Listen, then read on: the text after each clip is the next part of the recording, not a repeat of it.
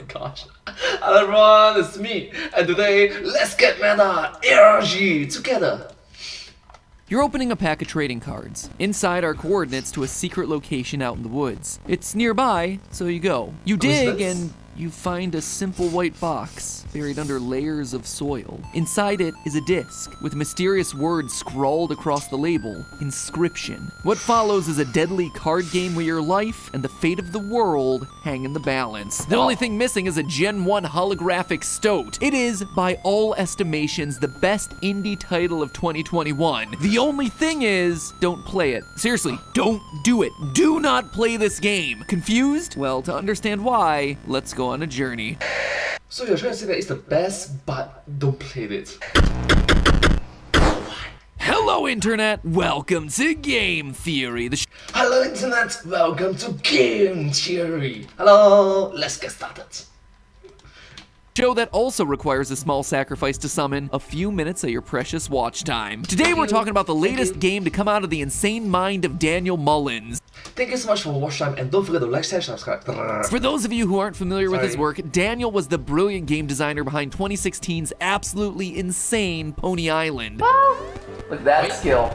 I did not kill Jesus. And I've been a I did not kill. huge fan of his work ever since. And now his latest game, Inscryption, is all over the internet, being hailed as one of, if not the best game of 2021. And I've played it. I've enjoyed it. It is fantastic. But I'm also here to tell you that you should not play it, because doing so might just doom the entire world. Sound like an over-the-top exaggeration? Well, allow me to explain. And be warned, there be spoilers ahead. Alright, I'm so sorry but they may be spoilers. I'm very sorry. Sorry. As soon as you boot up the game for the first time, the story begins, but not in the way that you'd expect. We first hear a mysterious voice that says, "Okay, time to figure out what's on this thing." Then, to make things even weirder, despite having never played it before, the option for new game is grayed out. Our only option is to select continue. So we do that, and we meet a mysterious figure that greets us by saying, "Perhaps you've forgotten how this game is played. Allow me to remind you." So someone else have played before, or I've played this before but I've forgotten about it. Immediately this set off theorist alarms in my head. To me, this implies that before we got a hold of the game, someone else had already begun the story. Or we have played this game before but we forgotten about it. Similar to what we saw recently in another game, Andy's Apple Farm. Could there be some secret lore hidden here as we piece together the mysterious backstory of the game and who played it before? Of course there's a lore. That's why you're making a video about it, right? Right? I think so. What follows is a roguelike deck building game where cards require sacrifices to summon, all while this guy takes on the role of Dungeon Master, donning different masks to simulate the various characters that you encounter on your journey. Gotta say, as a theater kid, I appreciate the commitment to the bit. I got to say, I too respect that. You're doing good. Play progressively more difficult rounds against each other, earning teeth via your card's attacks to add to a scale on the side of the table. Tip the scale far enough to one side and you win. So it's a tabletop game a la Hearthstone, right? What's the big deal here? Well, if you play long enough, there is so much more lurking under the surface. First off, the cards start talking to you, even remembering the times that you sacrificed them in battle, which is certainly off-putting and guilt-inducing, but we also gotta be honest here, if they weren't such useless cards, I wouldn't be sacrificing them as much. Stoat! Oh, wow!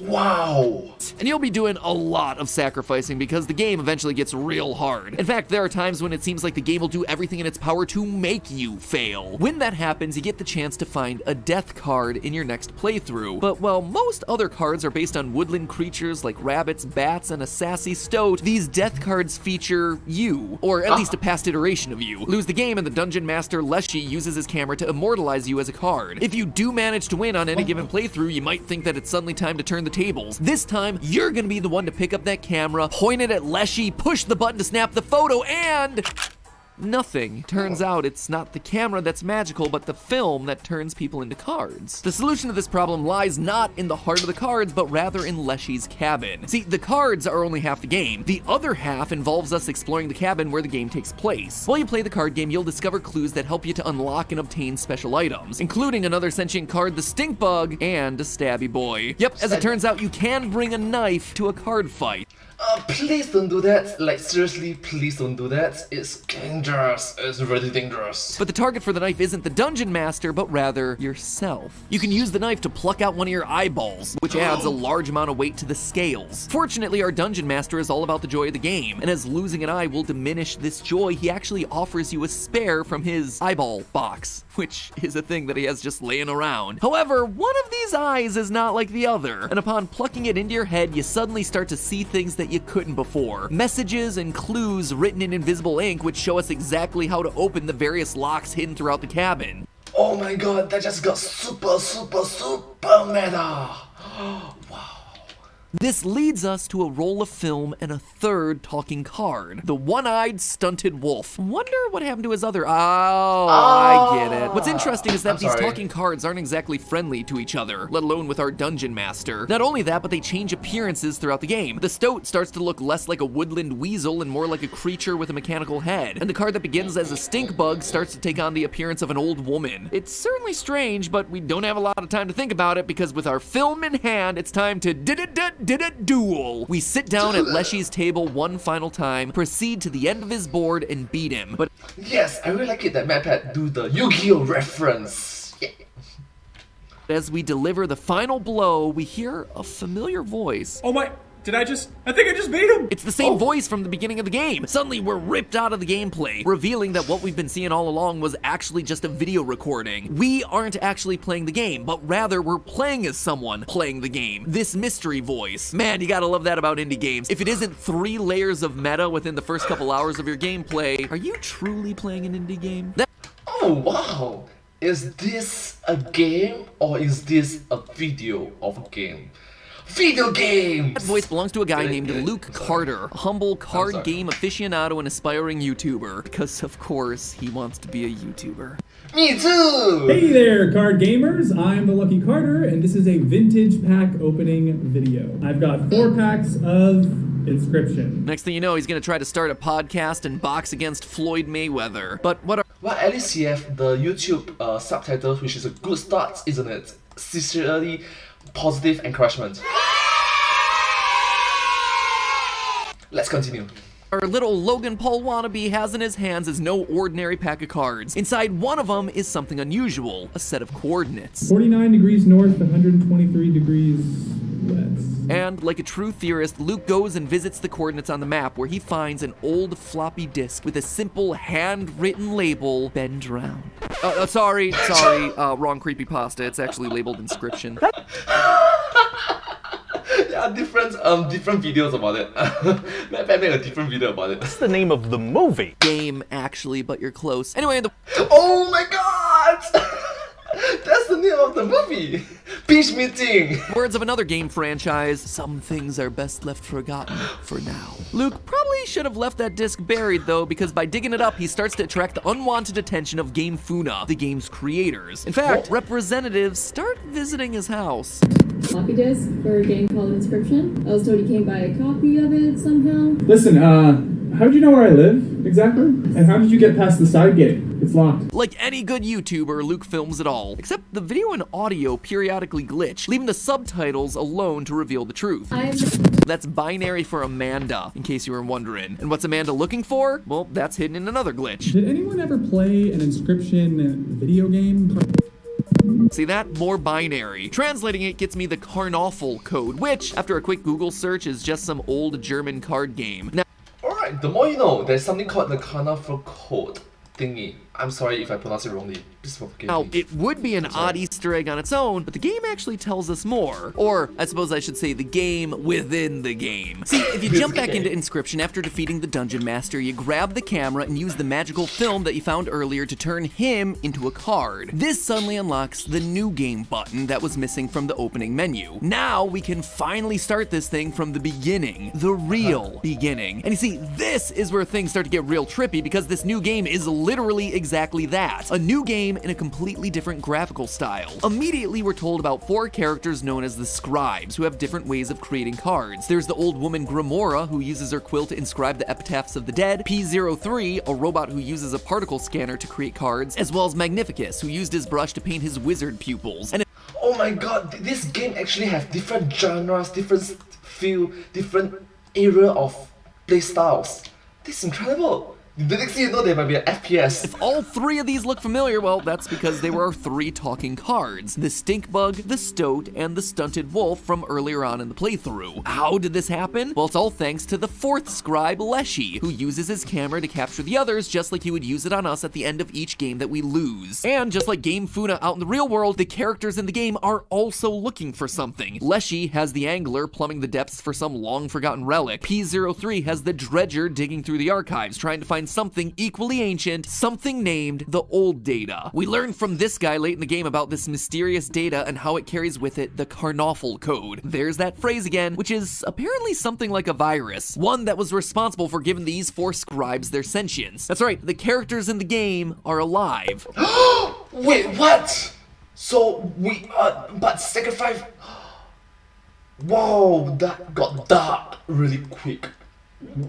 Wow. Or at least they wanna be. When Leshy is finally defeated by the player, P03 remarks that, quote, "We would have been even sooner if the disc wasn't lost." So not only is P03 aware that he's a character in a game, but he's aware that the disc that they were on was lost out in the woods. Quote again, "Dearest Gramora, I believe P03's plot may go far past the extent of a common power grab. Indeed, this great transcendence will have catastrophic and unpredictable results." Great transcendence, you say there, Magnificus? A video game character trying to break out into real life? What? You don't say.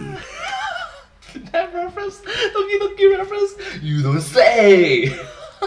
Anyway, by the end of the game, P03's great transcendence is thwarted and the game Inscryption gets deleted off the disc. Eventually, all that remains is you and the old data, with an NPC casually dropping the recommendation that you do not access it. So, you know, of course I'm gonna access it. Old data begins unzipping, flooding the screen with redacted images. Whatever it is, it's enough to terrify Luke into ripping the disc from his drive and smashing it with a hammer. Speaking of Luke, he calls a journalist, hoping to expose the truth about Game Funa and the terrible secrets that he just uncovered, but he's interrupted by the arrival of Amanda, who ensures that Luke is taken out before telling the rest of his story, and before reminding us to like, comment, and subscribe. So that's the base story, but there's still a lot of...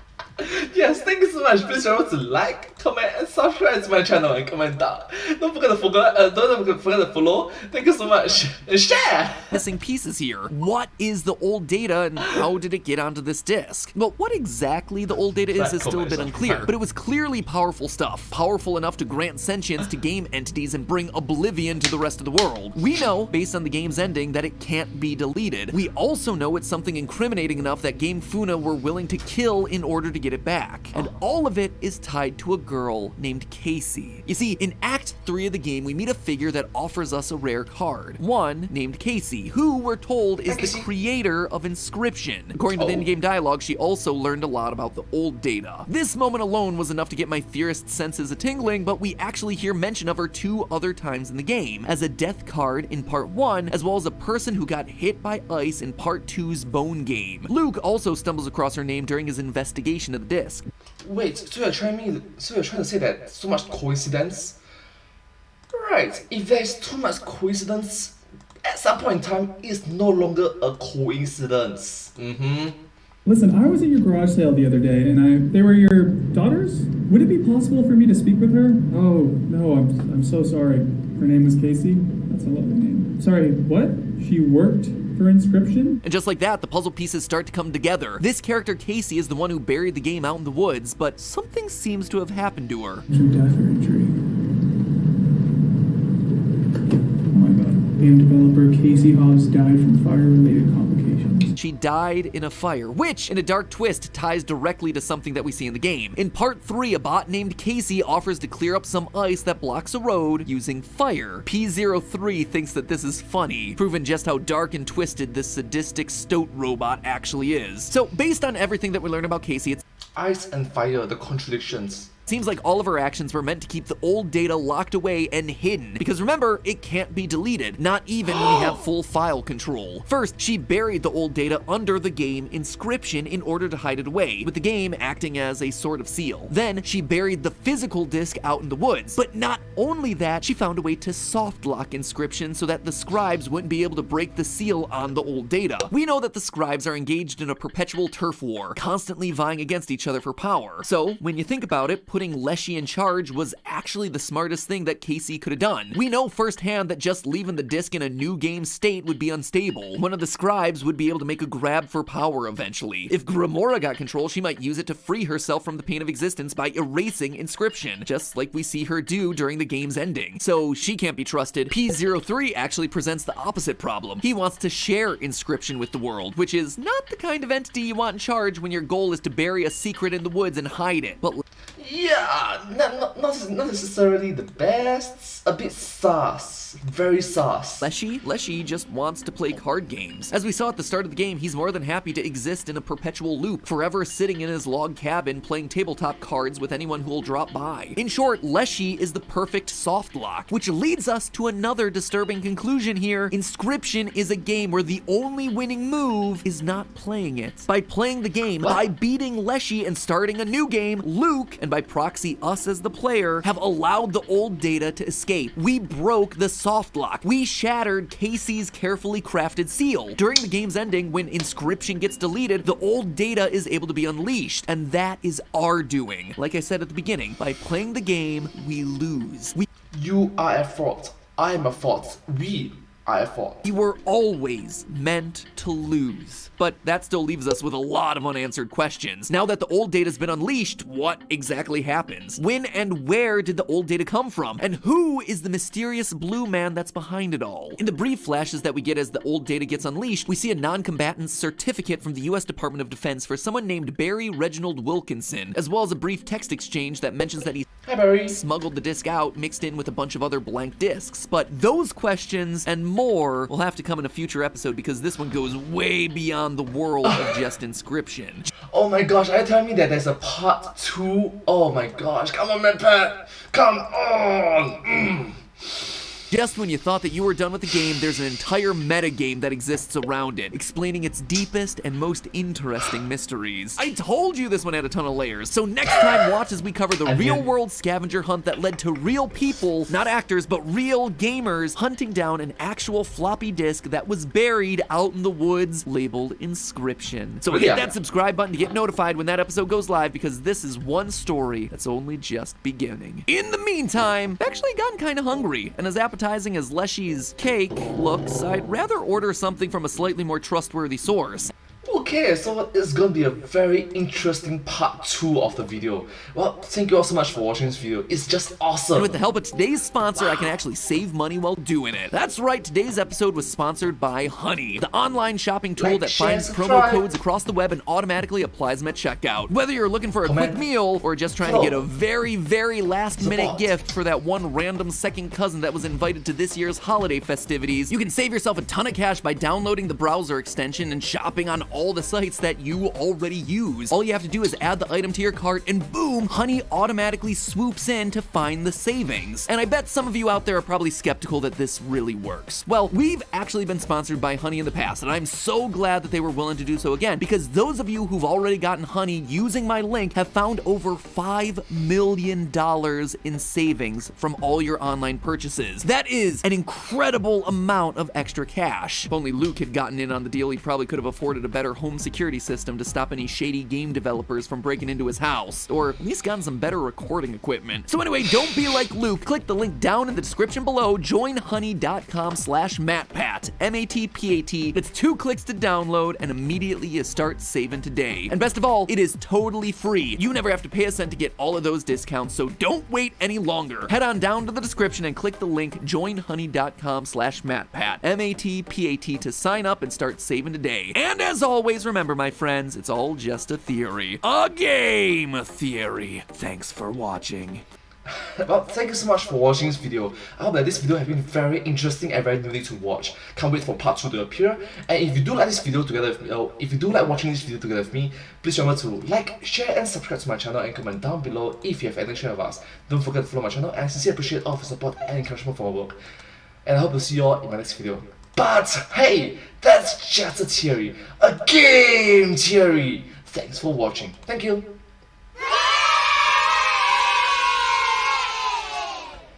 And I hope to see you all in my next video. Bye bye, bye bye, bye. Subscribe. Bye bye. Thank you.